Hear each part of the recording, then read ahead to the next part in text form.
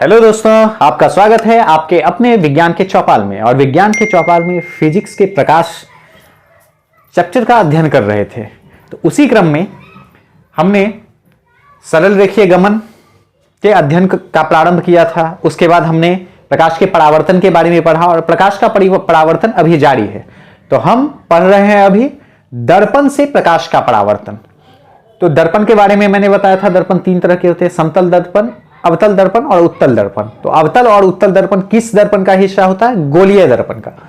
तो गोलीय दर्पण में हम आज अवतल और उत्तल दर्पण के प्रमुख परिभाषिक शब्द, इससे संबंधित जो प्रमुख परिभाषिक शब्द है उसका परिचय करेंगे। तो आइए बढ़ते हैं हम। सबसे पहले मैंने आपको गोलीय दर्पण के बारे में बताया था। गोलीय दर्पण के बारे में बताया था। गोलीय दर्पण क्या होता है? तो मैंने आपको बताया था कि गोलीय दर्पण जो है, सबसे पहले अगर गोलीय दर्पण हम बोलते हैं तो वो क्या होना चाहिए?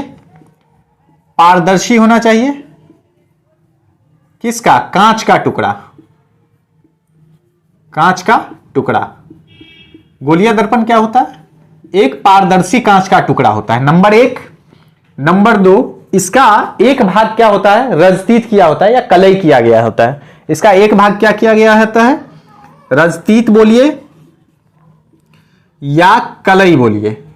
अच्छा, अगर हम रजतीत बोल रहे हैं तो इसका तो वैसे ही जो है मीनिंग आता है कि जो है रजत जिसके जो है पीछे चढ़ाया गया हो। रजत मतलब चांदी, यानी चांदी की परत चढ़ाई गई हो। तो चांदी की परत कोटिंग की जाती है और उस पर क्या किया जाता है? कलर डाल दिया जाता है। कलई, इसके अलावा भी कुछ अन्य चीजों का प्रयोग इसके कलई करने में होता है। तो अब देखिए, अगर हमसे कभी पूछे कि दर्पण, गोलीय दर्पण क्या है, तो गोलीय दर्पण पारदर्शी कांच का एक टुकड़ा है। तो ठीक है, गोलीय दर्पण तो गोल होगा, पता है। तो पारदर्शी कांच का टुकड़ा है, तो हम क्या किए? मान लीजिए इस भाग को हमने रंग दिया, कलर कर दिया, माफ कीजिए रजतीत कर दिया और उस पर क्या किए? पेंट चढ़ा दिए। अब इस हिस्से को यहां से काट के अलग कर लिया गया। तो इस हिस्से को यहां से काट के अलग कर लिया गया तो कुछ ऐसा जो है आएगा इमेज। अब अगर इसी को हम क्या किए? अंदर से कलई कर दिए और इस हिस्से को यहां से काट के हम अलग कर लिए, तब जो इमेज आएगा वो कैसा आएगा? ऐसा आएगा। माफ कीजिएगा, अब कैसा इमेज आएगा? ऐसा आएगा। तो ये दर्पण जो हो गया, ये हो गया अवतल दर्पण। अवतल यानी जिसकी परावर्तक सतह जो होती है वो धसी हुई होती है। अवतल आप खुद ही समझ सकते हैं। अवतल जिसकी परावर्तक सतह धसी हुई होती है और उत्तल जिसकी परावर्तक सतह उठी होती है। उत्तल मतलब यानी उठा हुआ तल और अवतल मतलब धसा हुआ तल। तो इस प्रकार उत्तल और अवतल दर्पण आप समझ गए होंगे कि क्या होता है। तो उत्तल दर्पण वैसा दर्पण है जिसकी परावर्तक सतह क्या होती है? परावर्तक सतह उठी हुई होती है और अवतल दर्पण की परावर्तक सतह क्या होती है? धसी होती है। अब हम इसके बारे में आगे जानते हैं, उत्तल और अवतल दर्पण के बारे में, कि इससे संबंधित पारिभाषिक शब्द कौन कौन से हैं। अब मान लीजिए जितना भी वृत्त है, अगर वृत्त है तो वृत्त का एक केंद्र होता होगा। उसी प्रकार ये जो खोखला गोला था, इस खोखले गोले का भी एक केंद्र होगा। तो इस खोखले गोले का जो केंद्र होगा, ये रहा खोखले गोले का केंद्र। तो इस केंद्र को क्या कहा जाएगा?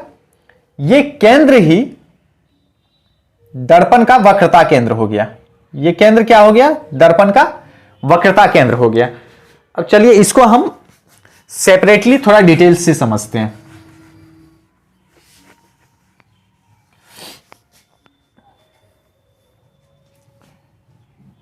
ये हो गया अवतल दर्पण। अब देखिए चित्र में, देखिए अगर हम इसको यहां से उठाएं तो ठीक ये जिस पॉइंट से ये जिस पॉइंट को मिलाएगा, ये हो गया इसका केंद्र, और ये ठीक ये जो दर्पण है इसका ठीक मिडिल पॉइंट, ठीक मध्य बिंदु, ये क्या हो जाएगा ध्रुव। इसे P से इंडिकेट करते हैं, C for centre, P for pole, इसे P से इंडिकेट करते हैं। अब अगर इसी को हम उत्तल दर्पण में देखें तो उत्तल दर्पण में कैसा हो जाएगा। अच्छा, उत्तल दर्पण में आप देखिए यहां पे ये है और इसके उल्टा साइड है, यानी इसका सेंटर किधर होगा, इस तरफ होगा। क्यों होगा आपको समझ में आया होगा, क्योंकि इसका कर्वेचर इधर है। अगर हम वृत्त बनाए तो कैसे आएगा, ऐसे आएगा, तो इसका केंद्र क्या होगा, इस तरफ होगा। तो ये इसका C हो गया और मध्य बिंदु से मिला, ये इसका P हो गया। इसका कर्वेचर किधर आएगा, इस साइड आएगा, तो ये इसका P हो गया, मतलब ध्रुव हो गया, और ये इसका वक्रता केंद्र हो गया। तो यहां पे जो है हम दो परिभाषिक शब्दों से परिचित हुए। नंबर 1 की वक्रता केंद्र। वक्रता केंद्र क्या होता है, वक्रता केंद्र, अगर आपसे कोई पूछे अवतल दर्पण का वक्रता केंद्र क्या होगा, तो हम जवाब दे सकते हैं कि अवतल दर्पण जिस खोखले गोले का भाग थी उसके केंद्र को अवतल दर्पण का वक्रता केंद्र कहते हैं। या उत्तल दर्पण का वक्रता केंद्र क्या होगा, तो वही होगा, उत्तल दर्पण जिस खोखले गोले का भाग थी उसके केंद्र को उत्तल दर्पण का वक्रता केंद्र कहते हैं। तो वक्रता केंद्र स्पष्ट हुआ कि वक्रता केंद्र क्या होता है, दर्पण जिस खोखले गोले का हिस्सा होती है उसके केंद्र को दर्पण का वक्रता केंद्र कहते हैं। अच्छा, दूसरा पॉइंट ध्रुव। ध्रुव जो हो गया वह दर्पण के ठीक मध्य बिंदु की स्थिति होती है, ठीक बीच की स्थिति, दर्पण का ज्यामितीय मध्य बिंदु, ज्यामितीय मध्य बिंदु हो गया। ये यहां से यहां तक, अब इसका मध्य बिंदु यहां पे, ये इसका दर्पण का ज्यामितीय मध्य बिंदु हो गया। तो ध्रुव हो गया दर्पण का मध्य बिंदु। अब हम आगे बढ़ते हैं। अगर हमसे पूछा जाए प्रधान अक्ष क्या होता है, प्रधान अक्ष जिसे प्रिंसिपल एक्सिस कहा जाता है, तो प्रधान अक्ष जो होता है इसी को आप बढ़ा लीजिए, इसी को आप आगे बढ़ा लीजिए। सीपी को मिलाने वाली रेखा जो होती है, यानी ध्रुव और वक्रता केंद्र को मिलाने वाली रेखा जो आगे की ओर बढ़ाए हम, ये क्या हुआ, इसका प्रधान अक्ष हुआ, ये इसका प्रधान अक्ष हुआ। मान लीजिए कि यहां पे जो है कोई ऑब्जेक्ट है वो मान लीजिए यहां पे, तो ये इसका प्रधान अक्ष हुआ। अब ये प्रधान अक्ष क्या है, हम जब भी आगे प्रतिबिंब बनाएंगे तो वस्तु की स्थिति हम इसी अक्ष पे रखेंगे, चाहे यहां रखें, यहां रखें, यहां रखें, किसी भी स्थिति में रखें, लेकिन प्रधान अक्ष पे ही रखेंगे। ध्यान दीजिएगा इस बात पे कि वस्तु हमेशा कहां रहेगी, प्रधान अक्ष पे स्थित रहेगी। या इधर भी रहेगी तो क्या किधर रहेगी, प्रधान अक्ष पे रहेगी। तो प्रधान अक्ष किधर, इधर आप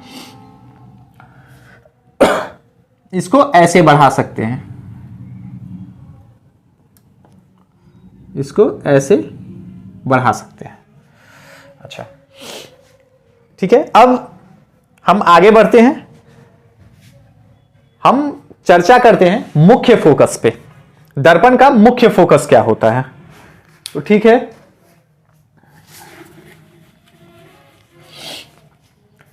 दर्पण का मुख्य फोकस की जब भी बात होती है तो हम सामान्यतः कहते हैं कि दर्पण का मुख्य फोकस जो होता है वह ध्रुव और वक्रता केंद्र को मिलाने वाली रेखा को क्या करता है, दो भागों में बांटता है, दो बराबर भागों में बांटता है। अब देख लीजिए अलग अलग चीज है, जैसे एक दर्पण ये हो गया अवतल दर्पण, और इसका मुख्य फोकस हमको पता करना है।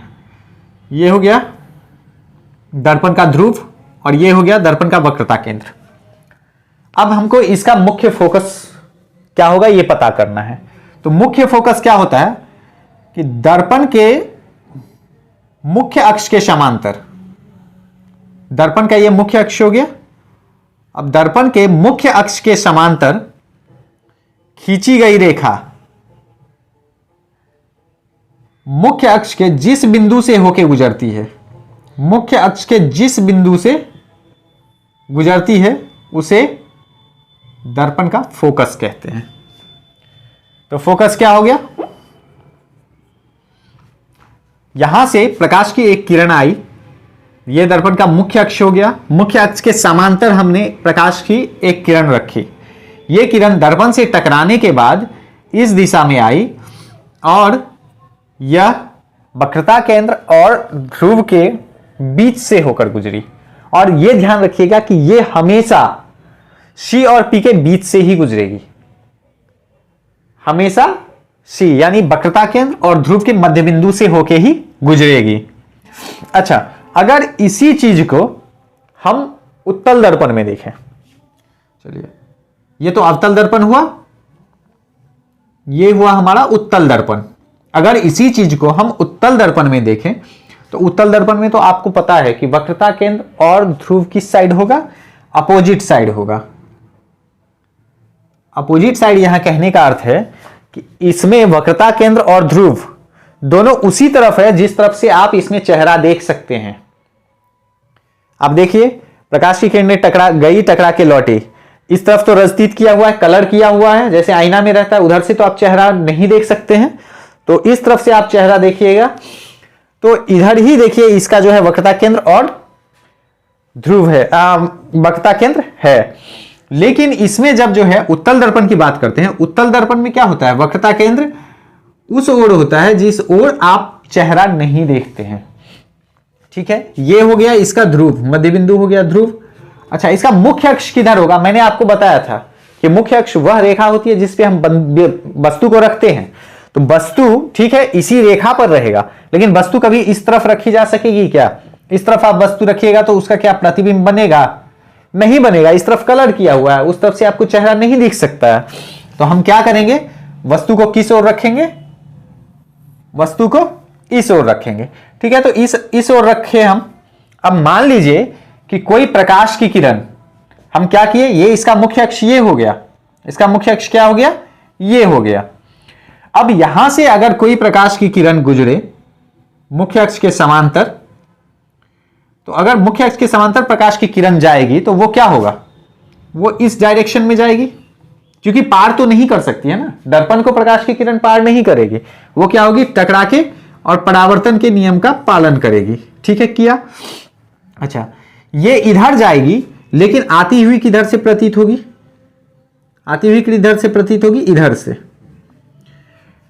तो फोकस के परिभाषा के हिसाब से क्या था कि दर्पण के मुख्य अक्ष के समांतर आपतित किरण, दर्पण का मुख्य अक्ष ये हो गया, इसके समांतर ये किरण आपतित की गई, तो आपतित किरण दर्पण से परावर्तन के बाद मुख्य अक्ष के जिस बिंदु पर कटती है या कटती हुई प्रतीत होती है, तो देखिए कटती है मतलब कहां पे, अवतल दर्पण, और कटती हुई प्रतीत होती है मतलब उत्तल दर्पण।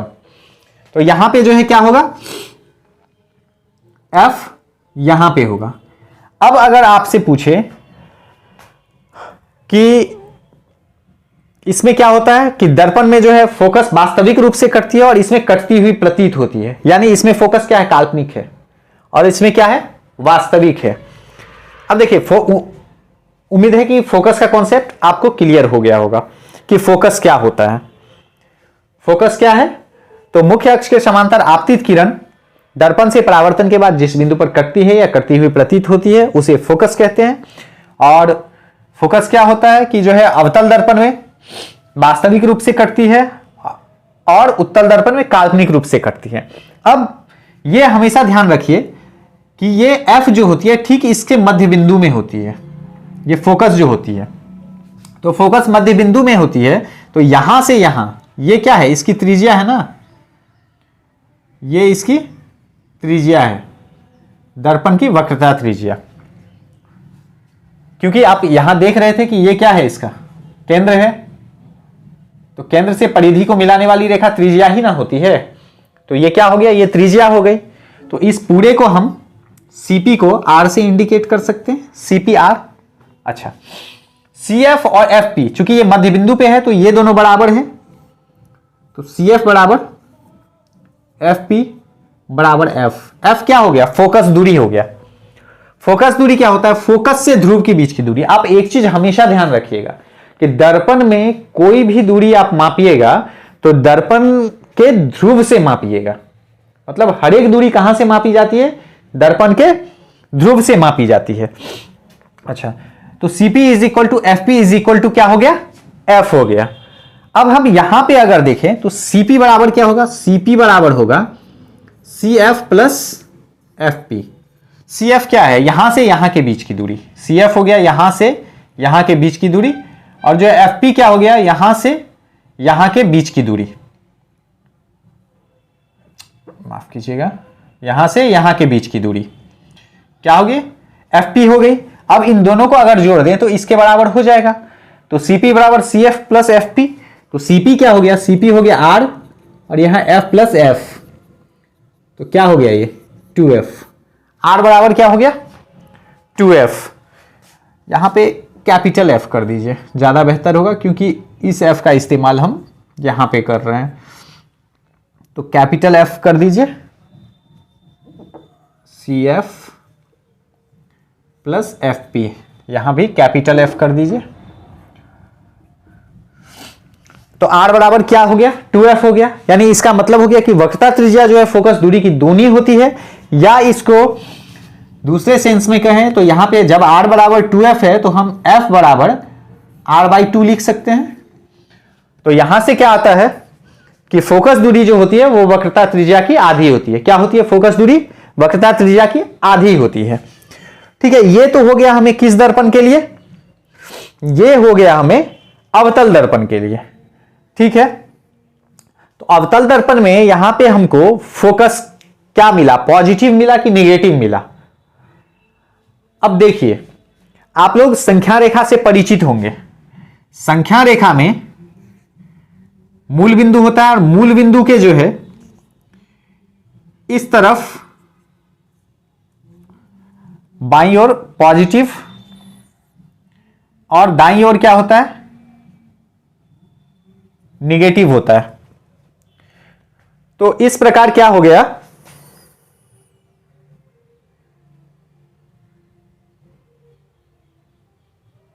माफ कीजिएगा,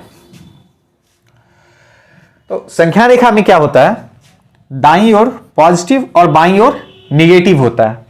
तो जब दाईं ओर पॉजिटिव और बाईं ओर निगेटिव होता है तो हम यहां पे क्या देखते हैं कि उत्तल दर्पण में जो ये फोकस दूरी है वो क्या है, बाईं ओर है।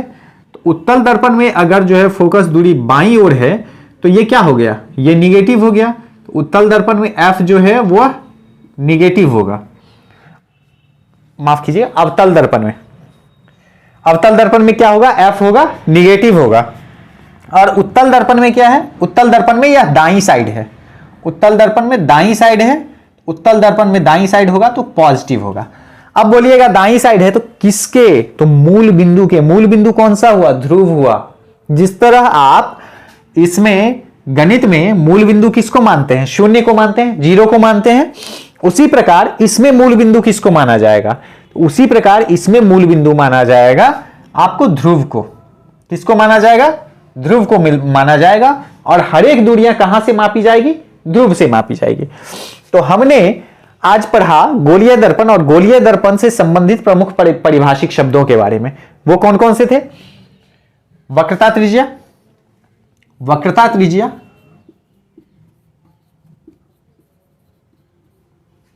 उसके बाद मुख्य अक्ष, मुख्य अक्ष, फोकस, फोकस दूरी, और वक्रता त्रिज्या, मुख्य अक्ष, फोकस, फोकस दूरी, इन चीजों के बारे में हमने पढ़ा। अब ये तो हमने उत्तल और अवतल दर्पण में पढ़ा, क्या समतल दर्पण में भी ऐसा होता है? ठीक है, हम देखते हैं समतल दर्पण में क्या होता है। मान लीजिए कि ये एक समतल दर्पण है, ये एक समतल दर्पण है। अच्छा, क्या समतल दर्पण का फोकस निर्धारित किया जा सकता है? नंबर एक आते हैं हम वक्रता त्रिज्या पे। चलिए, क्या इसका वक्रता त्रिज्या निर्धारित किया जा सकता है? आप खुद दिमाग लगाइए कि वक्रता त्रिज्या उस चीज का होगा जो वक्र है, वक्र है अर्थात गोलीय है, उसी का ना होगा वृत्त के आकार का है, उसी का होगा या उस आकार का बन सकता है। तो इसका वक्रता त्रिज्या पॉसिबल नहीं है समतल दर्पण का। अच्छा, हम आते हैं फोकस पे। अगर वक्रता त्रिज्या संभव नहीं है तो क्या इसका जो है फोकस संभव है? इसका फोकस भी संभव नहीं है। तो इसका हम फोकस अनंत पे मान सकते हैं। इसका फोकस अनंत पे, स्ट्रेट लाइन जो भी होगा उसका फोकस क्या होगा? अनंत पे होगा। ठीक है, तो इसका फोकस दूरी, फोकस जो है हम नहीं मान सकते, मतलब निकाला नहीं जा सकता है।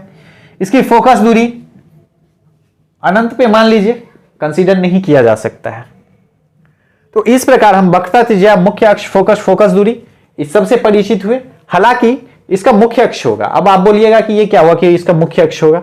मुख्य अक्ष कहने का यहां पे अर्थ ये है कि एक हम ऐसे लाइन को तो हमें मानना ही होगा जहां पे हम वस्तु को स्थिर माने, जहां पे हम माने कि वहां पे वस्तु रखा हुआ है।